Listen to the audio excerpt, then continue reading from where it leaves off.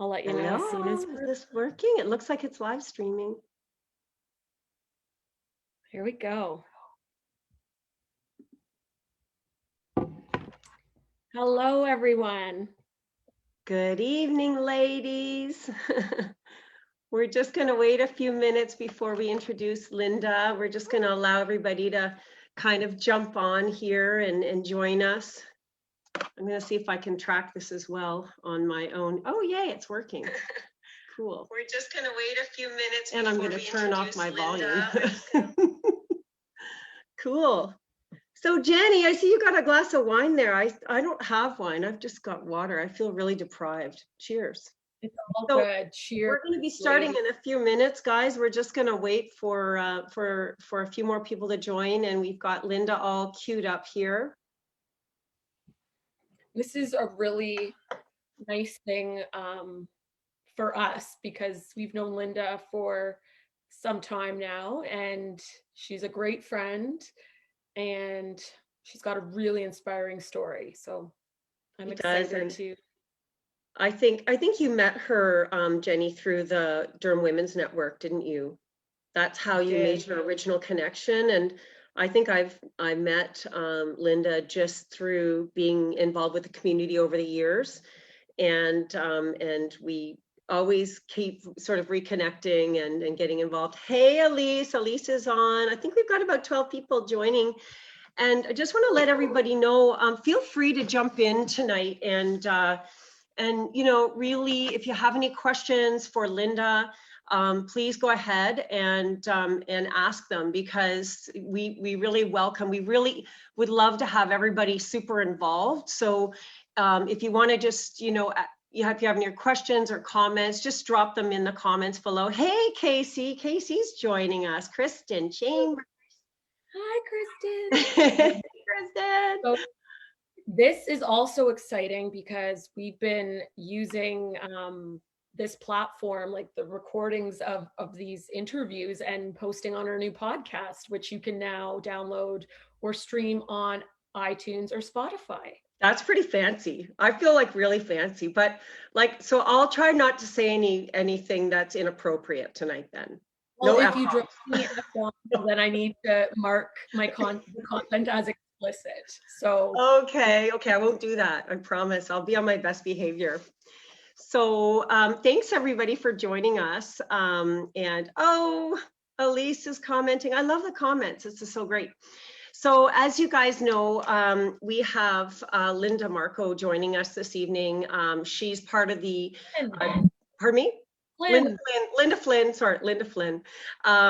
She's part of the leadership at Durham College, and she's become a great friend and sort of mentor to me. And as Jennifer said, that she's joined through the Women's Network. And so why don't we bring her on? She's the Associate VP of Development and Alumni at Durham College, also the Executive Director of the Durham College Foundation. So she's got a lot of incredible experience that she brings. And we've got a few questions up our sleeves for her this evening. And Jenny, I think you're going to be able to bring her in. So let's welcome Linda Flynn. Let's see if the technology works too. There she is. Yeah, it works. Hello. I was watching you, but I couldn't hear what you were saying because you told me to keep my volume down. So I have no idea what you ladies were talking about. Well, we were just seeing how great it is that that we were able to connect with you even further through the Women's Network, but that I kind of knew you because I was a fan of yours, and because of your leadership role at Durham College, and the fact that we always run into each other at all these community events, and we're usually holding a glass of champagne and we're looking for oysters wherever we are. Sounds like we don't work very hard, Kerri. No, that's usually in the evenings after we've already worked a full day. So Linda, thank you so very much for joining us. And as I said to everybody, feel free to ask any questions that you may have of Linda. And I know I've got a few sort of very specific questions, but we were hoping to hear a little bit about your leadership journey, and also I've been following your path to getting your master's degree. Congratulations! I know you have a copy of it now, and I think it's fantastic that you did this mid-career. You know, you've got huge responsibilities. I know you report directly to the president of Durham College, Don Levisa, who's an amazing leader. So you're absorbing your leadership knowledge by osmosis, just by being in his presence and the presence of everyone on the Durham College leadership team. You know, and all the people that you get to meet that support Durham College, whether it's, you know, different people in different levels of government, your donors, your student body. You've got such a rich career. So we're super excited to have you share that with us. And, you know, I guess we also wondered, you know, why you wanted to get your master's degree mid-career when you're already sort of at the top of your game. You're doing so well. So I guess with that, I'd love to just throw it over to you, Linda, and say welcome, and feel free to share whatever you'd like. Oh, thanks, Kerri. Thanks, Jennifer. It's nice to see you all. And I don't know who's listening, but thank you. I hope what I have to say is interesting. When Kerri and Jennifer first asked me, I was like, seriously? What do I have to say? But maybe I have some things to say. So thanks for listening to me. So first of all, why did I go back to school at 51 years old?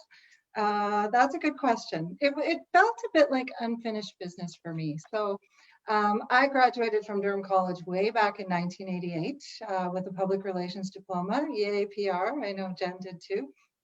Awesome. And you're right, Kerri, I've had a very successful career, one that I'm really proud of. Started out as an administrative assistant and literally worked my way through various roles, always in not-for-profit. I've never worked in industry or for-profit, which is interesting. And when I went to Durham College, it was like coming home. Here I am, you know, it was almost 35 years later from graduating that I was invited to work on the leadership team at Durham College. And the first time I really thought about continuing my education, because you're right, I was busy, I had a great career, I was raising a family, I had all these things going on. And then, but working in post-secondary and around, you know, people who really value academia, it just made sense. I had a supportive employer, my kids are grown, I don't have grandkids yet. It just was the right time for me.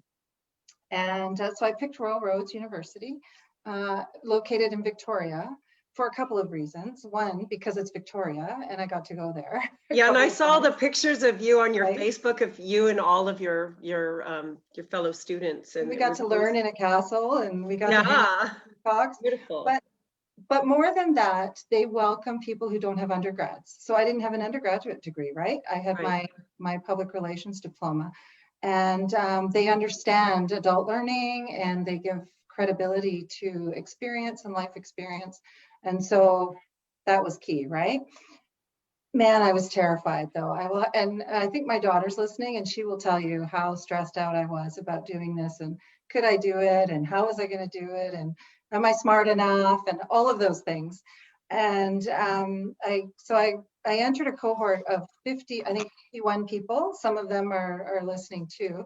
Oh, great. Amazing, amazing group of adult learners who were all terrified together, right?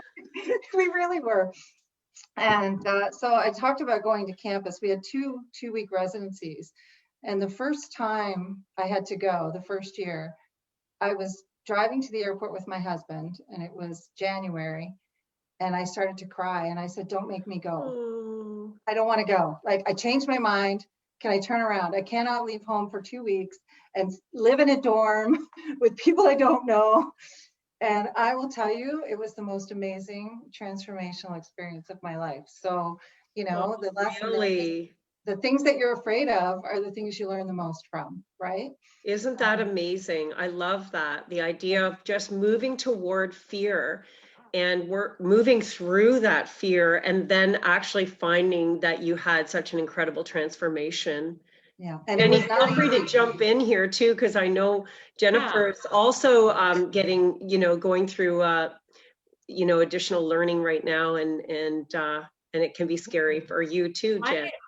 I love listening to you, Linda, because I feel like there's so much of what you have done that I just is like completely brilliant. And watching your, through Facebook and sharing those moments, it was very exciting to watch, because you showed us like, this is the team that I'm working with, and we're getting down to, exam period or whatever it is. And it's like unbelievable, because when you have a full-time job and people to take care of, it's not easy. And I mean, a big commitment for a 2-year program. And that residency was not easy. I had a memory. It's funny you say I had a memory come up on Facebook, because it was 2 years, or a year from a year anniversary from our last residency. And I think the post was, it's 11 o'clock. I still have an assignment due tomorrow. I only cried 3 times today. And I was Only. like, oh my gosh, I remember that like it was yesterday, right? Because it's quite, in some ways, I think with the leadership program, they push you down to build you up again, right? Like they take the pieces apart to help you build yourself to be better than you were before. And there was a lot of that, let me tell you. I think I cried every single day. Sometimes it was happy tears, sometimes it was exhaustive tears, and sometimes it was just, just revelation, something that I learned about myself or other people that made me cry. So it was emotional and hard work, and worth every single second. And I know, Linda, that from looking at the paper that you wrote, as part of the whole process of getting your master's degree, you talked about initially going in one direction, and then the pandemic hit, and you changed course of what your research was going to be based on. Yeah. And I just wondered if you could share a little bit about that. I know some of it became very personal for you, what was originally intended to be one way, it sort of changed. So you kind of had to go with the flow the whole time, not only the pandemic, but the nature of the work you were doing as part of your research project. Yeah, actually, thanks, Kerri. There were a couple things that happened, and I talk about this journey as the journey of pivoting, because the first pivot, of course, was when the pandemic hit. I was supposed to do a very professional project with Durham College, where I was going to be engaging a bunch of people at the college and coming up with new processes for something, right? It was called an Engaged Leadership Project. And then when the pandemic hit, many of my classmates, not just me, our partners didn't have the resources or the even interest in supporting our projects at that time, because they were in, they were just trying to figure out their own problems, and they were in crisis mode, right? So at Durham College, we had so many things to worry about. The last thing that was a priority was going to be my project around student services. It was going to be around student services. Well, the students weren't even on campus, right? So Right. So the university thankfully pivoted and allowed us the opportunity to switch to do more personal research and engage in something called first person action research.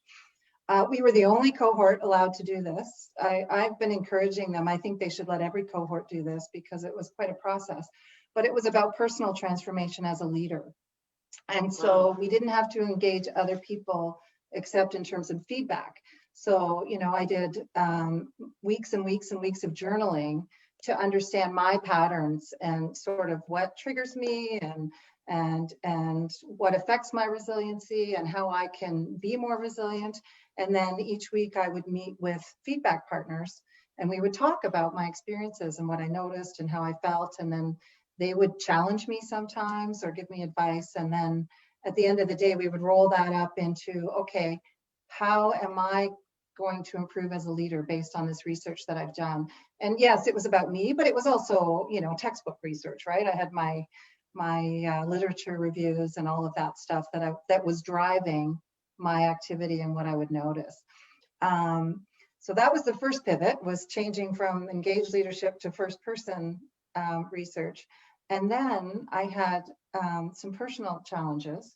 So I was going to do all this research on amazing, resilient leaders and what I could learn from them, and talk about leadership from an organizational perspective. Two things happened.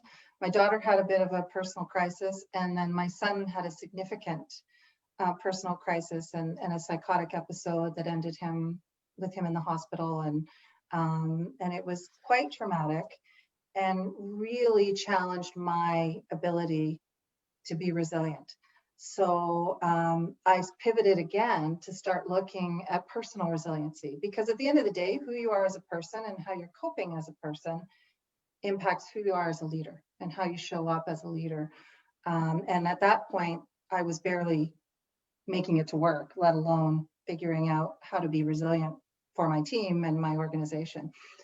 So it was really profound for me, because I learned a lot about the importance of taking care of myself, modeling in myself the resilience. If I can't show resilience, how can I expect it from others, right? Right. I learned the mistakes I was making in terms of how I was interacting with my family, my colleagues. I learned those triggers and the patterns, and I really focused on self-awareness and self-regulation, right? So it sounds like you went to learn about things that were going on in the world and leadership, but you came back learning a whole lot about yourself. And what it did was, and it's funny, I hear this from Dawn, I hear this from my staff, I hear this from my family. It's made a tremendous difference in how I show up and how I interact with all of them. Wow. So yeah, well done, very Linda. Profound experience. Yeah. And I know just from watching you online, because I haven't been able to see you in person, but I know how much it means to you that you've achieved this milestone and you've gone ahead and gotten your master's at this point in your career. And Jen, do you have any questions? Because I know I had a couple of specific questions, but I don't want to stop you if you're continuing through your story. Well, I think I don't know. I mean, I thought I might share what my conclusions were. Sure. Interested awesome. from all of this, because as I said, it's really about resilience is about self. I equate it to the oxygen mask, right? In the plane, you have to put your oxygen mask on yourself before you can help others. Mm-hmm. And at the end of the day, there were three big themes for me where I was struggling. And the first one was control. I was a control freak, and I even remember that first residency at school, people saying things to me about, what, other people have voices, Linda, and just because you think it louder doesn't make it true, right? Like all these stuff. So, very profound. But I learned that my need for control was either because I didn't trust that people could do things as well as I could do them. Well, they can't, Linda. You're the best. That's not true. No, I'm just trying to have fun. Work too. But the other thing I learned, the pattern I was seeing, was my need to rescue people. Okay. So I was, whether it was my children, my teammates, if the second I saw somebody struggling, I wanted to swoop in and rescue them instead of finding ways to guide them and help them rescue themselves, right? So so that was a really big one for me. And as little as, and I'm going to tell this story, my daughter was making dinner at my house. She came to my house and she wanted to make dinner, and I said, sure, that would be great. I was working away on my thesis and I was doing what I was doing, but I kept saying, don't do that, and what are you doing, and have you done that, and why aren't you doing that? And she said, Mom, you are sucking the joy out of this for me. Oh. And I was like, oh my God, I was only trying to help, right? Do you need this? Can you have that? And that made it into my thesis, because it was such a profound moment for me. She's 29 years old. Guess what? She can make dinner. She doesn't need me to help her, right? So wow. Small things like that. And then, of course, self-care was a huge one for me, especially when my son was sick. I was so focused on trying to help him that I wasn't taking care of myself. And I found myself unable to experience joy because I felt if I was happy, then I was diminishing the seriousness of the right. problem. Right? Okay, I'm sorry, but that's bullshit. Like, Yeah. I know now Yeah. that me depriving myself of any bit of happiness because someone else is challenged is not good for any of us. Or you showing up as a leader at work and kind of, being melancholy, and that's not gonna help anything. Yeah. So that's a big one. And I also had to learn to ask for help. So showing up at work, at that time during the pandemic, our staff were meeting every day, every morning at 8:30 or 9 o'clock, whatever it was. We were get to stay connected and figuring out how we were going to manage. And I just said to them one day, guys, I'm struggling and I can't chair these meetings every day. I cannot come every morning right now and be the cheerleader, and I need your help. Yeah. And to this day, they still rotate the chair of the meeting, and they come in and they bring their own enthusiasm. And it was wonderful. Again, it was a small thing, but recognizing that it was okay to ask for help, even for a little thing like that, it's important. And And even not only to that, like, though, Linda, sorry, Kerri. Those no, are go ahead. opportunities that you're giving your team to build themselves up, right? Like it's Yeah.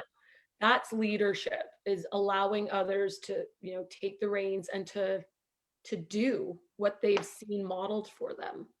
Right. Well, yeah, and that's the piece around control, right? When you're a control freak, you take away the ability to empower other people and build their resilience, and while you're modeling your own, right?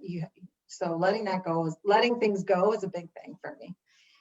And then finally, spending time on self-reflection and self-regulation. It's so important to take that time to, and I know you do this all the time, Kerri, but to write your thoughts down, to notice patterns, to catch yourself, and then learn how to pivot your own behaviors based on what you're learning from your self-reflection, right?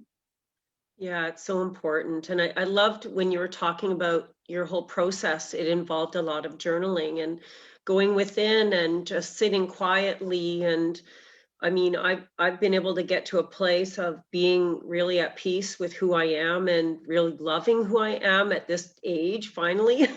But I think it's because I've had so many things I've been faced with where I was so afraid. I was thinking I could never get through this. How am I ever going to get through this? And then you get through it, and then you're like, oh, okay, I'm still here. I'm good. You are one of the most resilient people I know, Kerri King. Oh, thank you. But I love hearing these stories because I just see you as the perfect Linda, like that does all that. But then, yeah, and I do know because I have had insight into your life because we're friends and because we meet for coffee and talk about these things. But it's such a wonderful learning that, to be authentic and to be able to show the chinks in your armor and say, you know what, guys, when it's your team, like right now, I can't chair that. And it really does give, people a chance to step up. So Jen Morse is asking, how much time did you spend journaling each day, Linda? How much time would you spend yourself as part of that process, do you think? So I committed to an hour a day it was a 5-week period. But I structured it. So I had, I would spend time in the morning saying, what 3 things do I want to accomplish today? And then I would, at the end of the day, I would answer questions. What triggered you?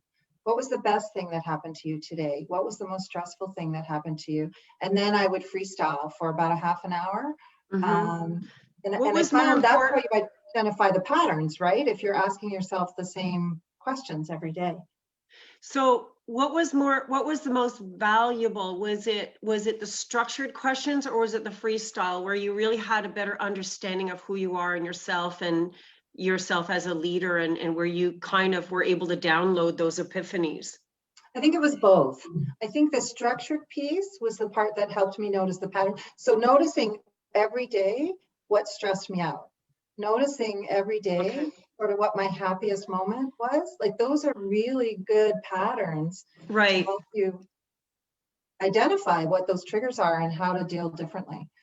So for people watching and people that are going to listen afterward, how can anybody that's listening, or anybody that's, you know, dealing with different traumas or anxieties around, say, the pandemic, or, you know, fear about, could be their job or their, you know, something personal, how were you able to process that? So you were journaling, you were spending this time to yourself, you were setting sort of your boundaries as to what you could do and what you were not comfortable doing at that point, going through, you know, not only your master's, the work you do at the college, and everything else. Like how? That's a big question, Kerri. I don't know. I mean, I think you have to be true to yourself. I think you have to be, if you are able to channel your thinking and your concerns and your fears through journaling, that's helpful. The thing I didn't mention that I was also doing during that time is seeing a therapist. Yeah. Not part of my thesis. That was more because of the stress level with my son. But I found just being able to talk about those things, and she would give me homework too, right? Like she would say, I need you to go away, and when next time I talk to you, I want to know one thing that you asked from someone else that was for the benefit of you, right? Like get out of your own head and ask for help, ask for what you need, whether it's your husband or whatever. So that was helpful, but I really think you just have to pay attention to, you know, and it's not worry about being selfish, but that whole self-care piece and taking care of yourself. And when I think about my son and my daughter to some degree, I'm really believing that your well-being doesn't take away from whatever it is they're going through. You can still be okay. Yes, you're going to feel what they're feeling as a parent. You're always going to feel that, but you can't stop living, and you can't, you know, You can't allow it to sort of suck the life out of you. Exactly. You know, like and it you does, said. and it can. Yeah. It gives them stability just to see that though, right? I think being vulnerable is one thing, and it must be hard. My kids are still really young, but it's like there's times where, you know, you put on the face of just everything's good. This is how it is. But you're right. I think you have to reprioritize yourself so you can say that and mean it, right? Yeah. It's not just words. And I know how quickly you could feel like on top of the world. And then the second something happens to one of your kids, it's like, okay, my whole, you know, everything that I thought was going great I can't see more than 5 minutes ahead of me. It's happened to all of us, right? Like just anything. It's also being gentle with yourself, right? Like we're all going to make mistakes. And there are times when you do have to focus everything you have on that trauma, that whatever is going on. But you also have to know when it's time to take a step back and take care of yourself, right? Linda, are you still, so I know you did a lot of journaling as part of that like initiative, but did you moving forward keep that up? Is there, like, do you still find yourself I'm giving yourself supposed to. time to journal? So I'm supposed to, but I haven't been very good at it. So, in fact, one of my classmates, who's a man, so he couldn't come to this meeting. I think he would have if he could have. We committed to each other because he struggles with journaling. I struggle with journaling. And we're supposed to be meeting every month to talk about how we're doing, but we haven't met because I don't think either of us is doing it. So the honest answer is no. Funny thing though is sometimes it's hard to like put a pen to paper, right? Or to type it or however you do it. But I feel like even talking through it, I have voice notes, and Kerri probably laughs. Everybody who knows me laughs because I'll note take everything, and I've started like voice noting things too. But it's really good for capturing ideas, right? Ideas. And sometimes when you're exhausted, even just like writing it down can, just the thought of it, it's exhausting. It's like going to the gym. It's like, if you can get there, great. Right. But Yeah. even I just being used able to to only share, journal when I was like, I mad. find that's why these chats are so great. When I was younger, I would only journal when I was angry or upset. But I would write out with furious to get that out, right? So I could go to sleep. And I stopped that because I don't think that's very healthy either. I think I have a balance of writing the good with the bad. But yeah, no, it's my commitment. It is, I need to get back to it because it was certainly very helpful and something that I want to do. It just, And Linda, another big part of the work that you do is in connecting with people.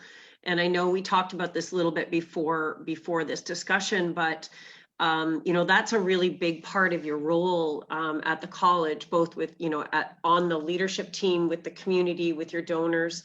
What is there anything you have or anything you can share that, in terms of how to build connections, how to build rapport, how you've done it and you've been able to sort of, be so successful in your role, probably largely because of the way you connect with people?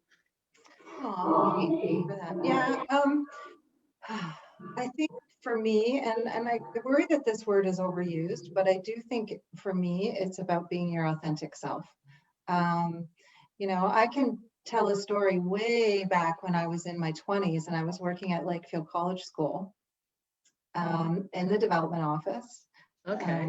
I was a kid from a low-income family in Oshawa. Neither one of my parents went to finished high school. I'm fresh out of college and I'm working in this, and I'm at an event with a very, very wealthy donor at a hotel in downtown Toronto. And she says, "I would like to buy you a glass of wine, Linda." And I said, "Oh, thank you.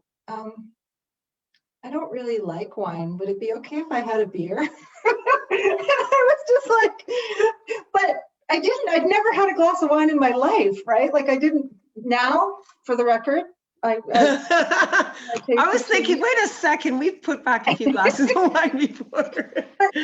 He thought that I was delightful because I was honest. I mean, I could have put down that glass of wine and whatever. And again, that's just a little example of being your authentic self. I mean, obviously you can't run around saying and doing whatever you want, whenever you want. That's not what I mean by authenticity, but it's really being true to who you are, what your values are, what you believe in, and meeting people where they're at. That's another thing that I like to talk about is everybody's in a different place, right? So meeting them where they're at in that conversation at that time.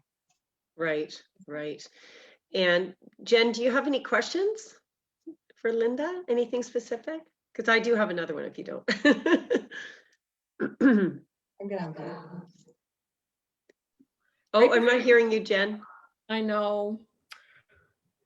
Right before we went live, we were chatting about some of your thoughts and fears going into the Royal Roads program. And you were telling us about a great discussion that you had with your daughter.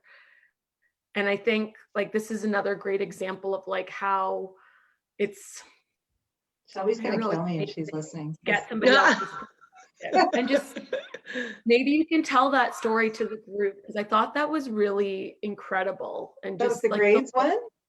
Yeah. So my proud mother moment, first of all, my daughter, who's going to be 30 in a couple of weeks, is a high school teacher. So of course she was hugely helpful to me in terms of, I didn't even know how to write an essay when I first started this, right? So she was proofing my work and doing all of that. But every time I would submit something, I would be freaking out about grades, because adults really care about that, right? Like we want A's. And I will say that was across the cohort. We all wanted A's. And if we got anything less than that, we were not only disappointed, we were pissed off. and my daughter said, "Mom, stop worrying about the grades and focus on what you're learning, because that's what you're doing this for. You're not doing this to get an A. You're doing this to learn how to be a better leader and a better person." And so focus on the learning was a key, I'd like to say out of the mouths of babes, but she's not a baby. So but also like the learning, but the process, like the Yeah. process of being there and not just striving. Like, I think, for those of us that might be A-type personalities, like that are in leadership positions, you just want to get things done. And we were talking about that before, about, I just wanted to get this thing done and that thing done. And, I think you realize as you get older that, sometimes it's nice to just sit back and allow other people to shine and to figure it out. And sometimes they make mistakes, and you know that may not have been a thing that would work because you've already skinned your knees doing that thing 10 other times. But people have to learn for themselves, and that's an interesting part too, right? And I know we've talked about that a little bit, but yeah, it's true. just softening and not striving so much to achieve, I think is part of the learning too. The other question I had was around creativity, because I'm always interested in how creativity plays, what role does it play in people's leadership? And because I'm very attracted to creative concepts and creative solutions in dealing with problems, for example, or attracting opportunities. So I just wonder what you have to say about that, Linda. Yeah. I knew you knew this was coming. I told Kerri I didn't like this question because I don't think of myself as creative at all. I don't feel like I have a creative bone in my body. But where I am creative in finding solutions. So I do like to think outside the box Well, maybe you are creative then. But when you say creative, I think about creative, like you run an art gallery. So I'm thinking that kind of creative, and I don't have a creative bone in my body when it comes to making anything or creating anything. Yeah, but I guess I'm open. Yes, you're open, and I think that's you're open to different ideas and different ways of looking at the world, and that's what I'm really speaking to, not about being able to paint a picture, because like my paintings are pretty well the worst. See, that's how black and white I am, though, Kerri. Put them on the wall. Pardon me? You say creative, and I think, oh my God, she wants me to do a painting. Like I'm literally that.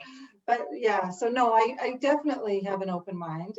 And again, I can hear my daughter going, yeah, right. No, she would say how much my mind has opened over this journey, if I'm honest. Like right. I'm a completely different person because of what I've learned. And I wrote down a little thing when I was thinking about this. I was thinking about the musical Hamilton, because I was thinking, listen more, talk less. What is that song? Is it listen more, talk less, listen, whatever it is? That is something that I've really taken to heart through this journey, is the importance of active listening and listening to understand, not to respond. Not to respond, right. And we actually did an exercise in residency about that, where we had to sit in triads and listen to somebody for they had to talk for 10 minutes, and you had to write down questions that you wanted to ask about the story, but you weren't allowed to respond in any way. And it was interesting. Wow, that's fascinating. Well, you're so fortunate to have, had the opportunity to go and do this incredible, degree and expand your mind, and, and to be able to bring back all that you bring to our community, Linda, in all the work that you do, not only at the college. I know you've done a lot of work for different organizations, whether it's the Ajax Pickering Board of Trade or others, and just what you bring to everything you do. And unfortunately, we don't have any galas to go to right now. I know, right? Jen, there was a comment about, people being in leadership positions, and I wasn't able to read it while we were having the discussion. Did you see that comment that came up? I think it was it Jennifer? Yes, it's Jennifer Sweet. Jennifer Thank Sweet. you, ladies. It says, thank you, ladies. Do you mind reading that? Maybe? Yep. Thank you, ladies, for being so open and vulnerable this evening. I'm not necessarily a leader or in a leadership role, but I'm a proud person and love being a mom. I also have strengths that I've yet to tap into. So empowering listening this evening. I will definitely go back and listen again. Thank you for the journaling points. It will be a great place to start. Notice every day what makes me happy, stressed, my beliefs. Self-care is also a big one for me. Improvements here would truly benefit me. Oh, that's Thank you, wonderful. Jen. Thank you. Yeah. Thank you. You know what? The one thing I want to share is that I find that journaling, because Linda, you were saying sometimes like when you were younger, you would just like write down madly, like, oh, I'm so mad at this stupid boyfriend or whatever. And you'd be upset, so you would journal. Or, if something, if you're dealing with grief, then you pray, but like I found that just by noticing what's happening in my body and in my mind and naming it and just writing about it has for me been, and I just have stacks and stacks and stacks, and most of it is garbage. Like, I mean, Jennifer's seen some of my journals and it's just like, I'm like, this is brilliant. And then I look back at it and I go, no, it's actually not brilliant. There's nothing good All about it. brilliant, especially when you keep it and you look back and you see progress. And and that's what's important, is it doesn't matter what it is the moment you write it, but it's when you look back a year later or 5 years later, and then you see how far you've come. Right? Yeah. That's very And true. like every time, like I have a little blog that I do at kerriking.ca, and every now and again when I'm inspired, I write about it. So it used to be about traveling, but now it's been just about my own journaling. And you know what? I forced myself to do those blog posts, and every time I post them, I'm nervous because I'm like, oh, I shouldn't be sharing all this. This is really personal. Oh, it's like, I'm like the CEO of an art gallery. I shouldn't be sharing. But you know what? Like the more I share, especially if it's personal stuff and stuff I've overcome, not only does it help me to move through the pain or the frustration or the sadness or whatever, but we're to the point where I let it go. Like I don't own that stuff anymore. It's just like, okay, I wrote about it, I did it, I talked about it, it's processed. But what I'm finding that is so beautiful is that it's bringing people into my life that I'm able to share with now. And that is such a brilliant way to connect. And I think we're doing that tonight through this network. We will share this discussion, and people are going to hear this, they're going to share it with their friends, or maybe one, even if there was like one thing that somebody took away from this discussion that somehow changed their lives, that is so beautiful to me that we're able to do that. And I encourage everybody, if you have a question for Linda, I know we want to try to keep this well under an hour. If there's anything else that anybody wants to know before we wrap up. Angela Dawn says, thank you for creating this space. Denise says, so inspiring. Thank you for sharing. So, you know what? I think it's so important that we as women, as part of this network, share with each other, support each other, hold each other up, and let each other shine on a pedestal, because we have so much talent. We have so much to celebrate in our lives that we need to focus on that. Let's not focus on what we can't do because of the pandemic, or we can't do because we don't have enough money, time, energy, whatever. Let's focus on what we can do. And I just find it so empowering to have this group of women to support each other. My first memory of Linda is from DWN, and it comes right from what you were talking about, Kerri. Someone tagged me in DWN, someone named Linda Flynn, and it was a copy of a Metroland news article saying like Durham College PR proud. And it was, oh yeah, that was a good article for when DWN launched at the Brock House. And I'm like, who is this? Do I know her? And that was my first thing. I'm like, this is amazing. I don't even know Linda, but she is proud of me. That is and it was cool. great. it made me feel like, wow. And when I met you in real life, Oh, it was like an instant connection. And now whenever pre-COVID, whenever, we'd see each other, it's always a pleasure. But I mean, is a memory for me. As simple as it was one of those things that I will remember because, you know, we deal with so much on a day to day, but one act of kindness or one, supportive note, whether it's a handwritten note or a voicemail just to say thanks or great job, means so much. true. You know what? It's true. I'll just tell you one quick story about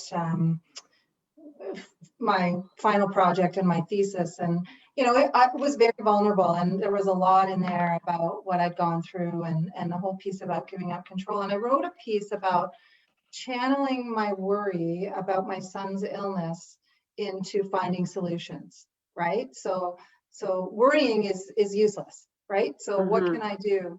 Anyway, my editor, so I paid an editor because it was 60 pages, and I paid an editor to edit it, somebody on the West Coast, and she put a comment in there and said, "Thank you so much. My daughter was recently diagnosed with autism, and your words and your advice about rechanneling my worry has just made such a difference for me." And I said, Wow. okay, I'm done. I said, I hope, one person that's was impacted by this amazing. project in a positive way. That's all I need, right? I mean, so yeah, it was very special. And I didn't when know you, this woman. I'd never met her before. Well, wow. you are a phenomenal woman in our community, Linda, and you do so much for the community, and you're such a pleasure to be around. You are very generous just to even be here tonight to share your story with us. And that's something that, we appreciate so much. Aww. Thank you, Lynn. You guys will know. I said, you're going to make me go after Selena? I know Selena. Seriously? You know what? Like, I think I think it's so important that we just, open up these discussions. I'd love to have more of them. If anybody has any ideas or they want to, do one of these talks with us, reach out. Like, I just think if you have something to say it, and I think it's beautiful, Linda, that you did this, that's a huge project to take on. But like you said, if it changes one person's life, then it's worth it. So it is worth it. And you've come to this place where it must feel so good that you did what you set out to do. So congratulations again. And I guess we'll try to wrap up. Is there anything else you want to add, Lynn or Jennifer, before we close? I would just say that if anyone wants to learn more about the, going to grad school or what it was like or how I managed, reach out to me personally. You can find me on DWN, and I'm happy to have a conversation. A while ago, there was somebody looking at grad school in there, and I had a little conversation with her. So happy to talk to anyone who thinks that this is something they want to do or they want to learn more about what I learned. Happy to take it offline. Thank you. And yeah, that was a great conversation we had last time with Selena. And I know this Saturday we're working through her course.